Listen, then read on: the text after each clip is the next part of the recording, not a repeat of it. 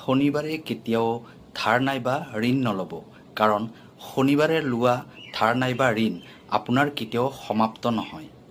শনিবাৰে যিকোনো ঋণৰ বাবে বা ধাৰৰ বাবে কাগজ পত্ৰত চহী নকৰিব, নাইবা আবেদনো আপুনি নকৰিব।